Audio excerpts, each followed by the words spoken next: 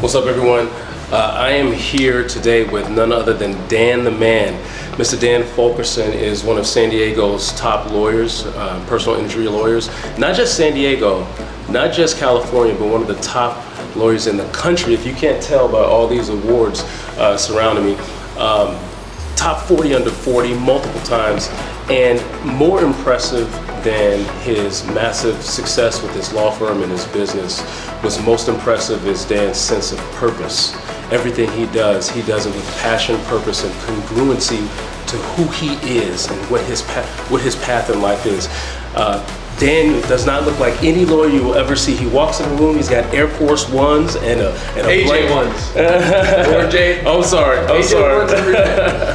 He walks in with Jordans and a t-shirt, because that's who he is, and he lives a life true to who he is, and because of that, he attracts crazy success. And not only that, he's a man of contribution. Every year they donate and contribute massive amounts of their time and treasure to the community, and they've become staples in the San Diego community. With that being said, I want to introduce Dan Fulkerson. Thank you. What's up, man? I listened to that. I'm like, you're not talking about me. Like, there's no way I'm nice things about me. But no. And then how could I even forget the Bulldogs? You run a Bulldog rescue pretty much out of your office. Pretty much out of my office in my house. Yeah. The Bulldogs are a staple for sure. Dan, in my intro, I said that you don't look when someone looks at you, you don't look like the typical lawyer. Yeah, I'm not a typical lawyer. You're young, you're hip, you're stylish. Most people feel like they have to be someone they're not to get to a level. From the first day I met you, like, it was no shame in your game. You are who you are. You're gonna accept me for who I am. And then I met you 3 years ago. Fast forward, you've grown exponentially. Your company has grown exponentially. You guys have won countless awards. Walk me through, what was the shift for you?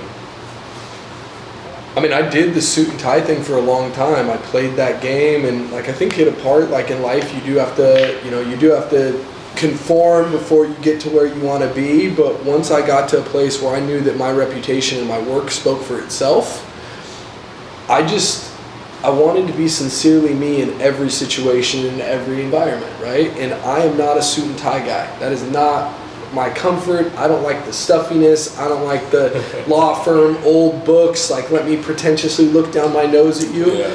People aren't looking for that either. People want human connections. People want to be able to be with someone that they know is sincere and real, and they intuitively can smell and go, you're not full of it. Yeah, and so you're authentic. And so I just own exactly who I am and what I am, and the things that make me happy, and dogs and bulldogs, and that's why there's bulldogs everywhere, and that's why, there's a dog park in the front of the law firm, because it's like, I believe in living an intentional life, and I believe in building a life around all the things that I love. And so that's, I love Jordans, so I'm gonna wear J's every day. I love dogs, so I'm always gonna have dogs with me. Like, it's just, that's what it is. It's to me, it's living intentionally. Yeah. And I love how you integrate what you love into what you do. Yeah. So then what you do becomes what you love. Damn straight. And then me working on a Saturday or Sunday is not work. And everyone says, like, find something that you do and you'll never work a day in your life. I don't think it's that simple. I think there's more intention to it, right? And so for me, I know that most of us in life are going to spend most of our life working. If I'm going to do that, I'm going to do that the way that I want to do that. So it doesn't, so I build the environment intentionally, not just, the office and the ambiance and the dogs, but the people. You know what I mean? Like, very intentionally pick who I'm going to surround myself, who's going to be on the team, because that's the energy that I have in my world and my life. Yeah. So, what would you say is one of the pillars of your success? Like, what would... I've seen personal injury and personal injury law is like the sleazy, slimy ambulance chaser business since I got into the game, right? Like, it has that reputation because it has been that. And my goal was just to change that reputation. And so that's part of why we do things so differently, but it's also why it was so important to us when we started this firm that we were going to do a lot of community outreach. Because we are gifted by our community, so why would we not gift that back? And so we started Community Fund immediately. We give to multiple, charities. I sit on 7 charity boards. We support 20 different charities every single month in San Diego. We got a food bank down in South Bay that's doing 1 million meals every single month, or every single year. We're trying to make an actual impact, not just talk about it, but be about it. And that has been the biggest reward for my life, but it's also been you get what you give. It always comes back around. And so that's a big part of the success as well. That's an interesting take on it, because most of the time you ask someone, what is attributed most to your success, is, they can tell you all kind of strategies they've done and all these different tactics and techniques. What I'm hearing you say is giving. Yeah. It has been one of the greatest attributes of success. And it truly is. It truly has separated us, and people know that we do it sincerely. And I could make a hell of a lot more money, but that's not what it's about for me, right? I've come to a place where, don't get me wrong, money's great, and you needed to run a business, and your bottom line, I understand all those things. I'm a businessman at heart, but it's ones and zeros at the end of the day for a lot of us. And I've talked to enough of really, really wealthy people that are later on in their life, and they missed the boat because they forgot what it's really about, and it just became about those ones and zeros. And I learned at a young age that will never be what defines me. My happiness will never be defined by money. So because of that, I had to really dig into what was going to make me happy. And it's things like the dogs, it's things like giving back, it's things like helping out and sitting on Just in Time for Foster Kids board and really being able to personally make a true contribution with my unique attributes, right? And that has given me more life success than the money in the bank. Wow. What would you go back and tell yourself? Let's say, how old are you now? 38 years old. 38, that's crazy. And haven't even hit your stride yet. Bro, and I still got my baby face. I just got to hold on to the baby face. Napoleon Hill says man doesn't hit his stride until his 40s. So you haven't even hit your stride yet. Can you imagine? There's more to come. But let's say you're 38, you go back and you were to talk to your 21, 22-year-old self. What would you tell them? Stop worrying so much about what other people think about you. I remember how insecure I was most of my life and worried about the judgments and the bullshit and opportunities that I didn't take because I was worried about what other people would think. And I think there's a lot of people that are at that age that are caught up in that. And the truth is none of that shit matters. And anyone else's outside judgments are just someone's outside judgments. And what I constantly think about now are 2 things. One, I think a lot about Steve Jobs. And I think a lot about Steve Jobs' last letter, because Steve Jobs probably had as much impact on all of our lives in this world, right? And he's been gone now for how long, and no one's even thinking about him, right? Life moves on is my point. And then the other thing that I realized is I had a mentor that once asked me, he was like, who's the person in your life that you think loves you the most? And I was like, my mom. He was like, okay, your mom. He's like, what do you think your mom's thinking about right now? I'm like, I don't know. He's like, not you. Right. I'm like, that's fucked up, but you're right. You're right. And it just realized we all think that we're the center of the universe, and we're not. People have their own stuff, so live your life, live it how you want to live it. Don't worry about what other people think. And that's a freedom, man. That opens you up, and that opens creative up, and that brings in energy. So many people are just so insecure and worried, and I was that person. Yeah, I mean, what you're talking about is you ignite the law of attraction, right? Exactly. When you live authentically to who you are, you illuminate this essence and this aura and this being that other people want to be around. And so you naturally attract things into your life. You attract the right people, you attract the right opportunities, you attract the right energy into your life just from you having this. And people think this shit's crazy, but it's not. Life is energy, and there's low frequency energies and there's high frequency energies, but how you're living, you're going to attract those similar energies. And so being able to own who you are and be self-analytical and break down exactly where you want, that's going to have you resonating at a much higher frequency than people that are, complaining and upset and not, you know what I mean? No, so this isn't an intuitive thinking, right? This kind of goes against the grain. Where did you get it from? I read a lot. I read a lot. I ask a lot of questions to older people. I'm fascinated by older people's life take, right? So like anyone who's 75 years plus, I'm just very inquisitive. And the more you talk to people, the more you realize like they've had a full view of life, right? Yeah. And the things that we think that are important right now in our age, they have a whole different view on it. And that perspective of life has just really made me look at things a lot differently. Yeah. And that's a really good point about, and I don't think, and I know even for myself, we don't leverage enough the path of other people. Yeah. And I think it's one of the greatest shortcuts. You can take someone's knowledge, their 70 years of knowledge, and they can just hand it to you, in several conversations, right? How much quicker do you shortcut? Like, I didn't think I ever wanted a kid, and I've seen you, like, you just recently had two. Yeah. And it's changed, like, your whole life, your whole existence, your whole world, right? Totally. And I never thought I wanted to have a kid. Like, my whole life, I'm like, no, I don't want a kid. It's just not my path. And in COVID, I kind of woke up to the fact that I wanted to, right? And then I listened to an interview with David Letterman. And he's saying that he had his first kid at 61 years old. And it's the biggest regret he's ever had in his life. And he would give all his money and all his everything just to be able to have a couple more years and to do it a little earlier because he just so regrets how much time he gave up. Yeah. And now it's like the hourglass, right? Right. Those are the kind of perspective things that I'm like, you really think about it and then you start to like reanalyze things. Yeah. What's so getting perspective from other people, absolutely one of the best ways you can shortcut your existence. What would you say is one of the books that's had the most profound impact on you? From A Life of Matter to A Life That Matters. Jason, I'll get you the last name of the guy that wrote it, but it was a book that just found me at the right time in my life. It was, I was kind of on the money chase, you know what I mean? Like that was my focus, and I wasn't happy. I was driving a Ferrari. I was 29 years old. What most people would think would be like living the dream at 29 years old. Come on, right? You got everything you want. Right? But it was hollow, and I found this book. It was sitting next to a trash can in my condo complex in Little Italy, like where people like discard books, like if you want to grab it before it gets thrown away. Right.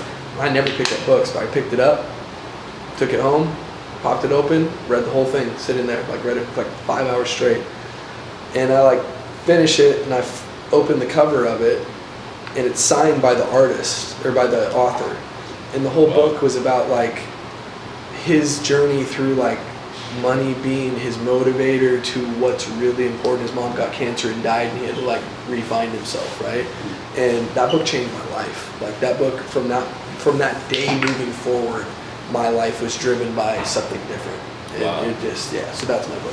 From a life of matter? From a life of matter to a life that matters, then I breathed. And it's a hard book to find. I buy every copy off Amazon that I can find, and I just get it out to people. So I think I have one. I'll hook you up. Yes, please. But yeah, it's for me, it was a really personal book for the time that it found me and how it found me. And we talk about manifestation.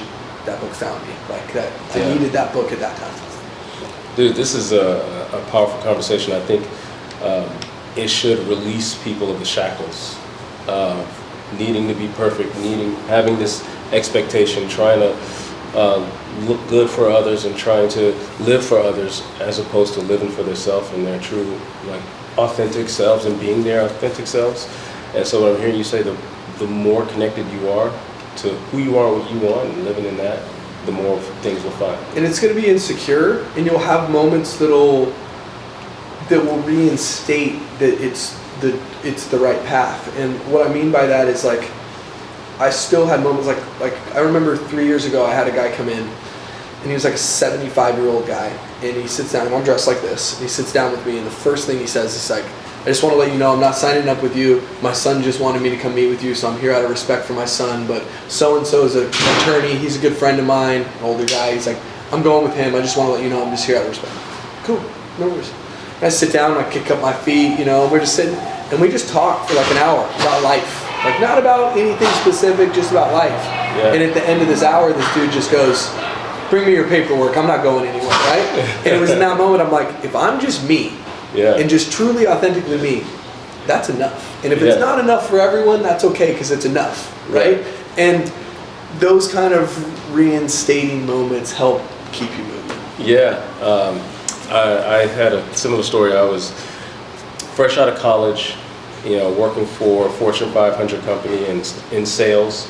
And so in sales, especially for a very rigid corporate structure, you're expected, suit and tie, and, you walk like you got a stick stuck up your ass. Oh, yeah. And so I did that. I did the whole nine. And meanwhile, I'm kind of just losing my sense of identity, losing myself every day I walk in this office. Yep. And it was to the point where every time I pull up into the office, I had programmed the classical music station on in my car. So I didn't want them to even hear that I listened to rap music or hip hop. Like I would put classical music on just to drive into the parking lot of the building. And I remember my boss took me out one day. And we're going to lunch, and we get in his car, and as soon as he starts the car up, the radio comes on. Yeah. And first of all, so my boss, he was like a 55-year-old, normal-looking white guy. Nothing edgy about him, right? We get in the car, he turns on the car, Tupac is blasting, blasting at level max, right? Yeah. And I look over at him, I'm like, Mike. I would have never thought he. He just looks at you and he's just like, right, yeah. That little meme where the little glasses come down, the shades come down. But he turned the music down. He's like, Jarvis, I didn't hire you to be someone else. Yep. I hired you to be you. Yep. And it doesn't serve you or anybody else when you're walking around here trying to be someone that you think we want you to be. That's right. You are here because of your uniqueness, because of the way you think, because of your perspective, because of your back. That is the value you bring. Yep. Not come here and change who you are and should try to fit in. Then you actually diminish the value of why I even hired you in the first place. Damn straight. And so that was one of the biggest lessons to which the point you're making is people actually appreciate your uniqueness, 100%. not you having to try to conform to what you think other people want of you. Well, look at what you've built right now. Yeah. With the Morning Hero. It's unique.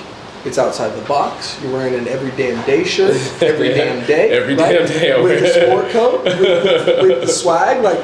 It's you, right? Right. It's uniquely you, but you can feel the authenticity around it, and that's why it works. Yeah. It wouldn't work if it was bullshit. That's right. Yeah. Good. Dude, this has been awesome, man. Every time I'm around you, Thank you for thinking about me. I feel inspired. I appreciate it. But and you forced me to raise my game. And I think that's how you're that's a good connection. Well, what's the saying? High tide raises all ships. You know what I mean? That's how it is. So what's next for Bada Fulkerson? Just opened up an office in Idaho. I got a couple other business projects, some side projects that I've been working on that are a lot of fun. I just started a nonprofit. Me, Gina Milatina, Omid Sabat, Haley Waite. We started a nonprofit that we're adopting local elementary schools. So these presents that you brought, that's what they're going to. We adopted 3 local elementary schools with the highest homeless rate. Knox Middle School, Bell Middle School, and San Ysidro Elementary.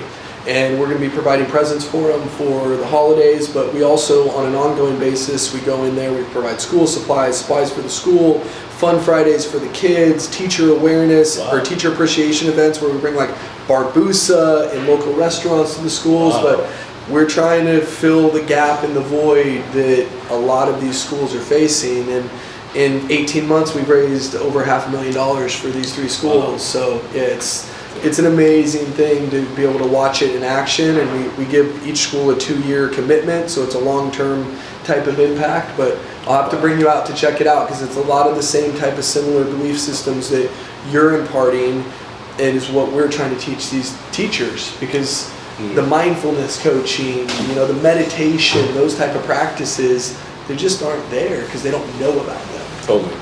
Yeah, it's missing all this stuff that we talk about. It's missing from traditional education. It's kind of one of my grand ambitions is to see how do we insert this type of stuff. Meditation, journaling your goals, right? Getting up early and exercise. These are habits that can change your life. 100%. But you know, you don't learn about these things until, like in my case, you hit a brick wall in life and you're forced to. Right? Yeah. No, seriously though, I'll have to bring you out and check it out. Yeah, when the next time you go. Cool. The beauty about being an entrepreneur is that my schedule's flexible. Yeah, sure. I make my own schedule. Yeah, sure. Every damn day. Every damn day. Every damn day. Cool, man. This is. Thank you. Appreciate you thinking This isn't just a podcast. This is like I'm ready to go tackle the world now. That's how it should be. That's how it should be.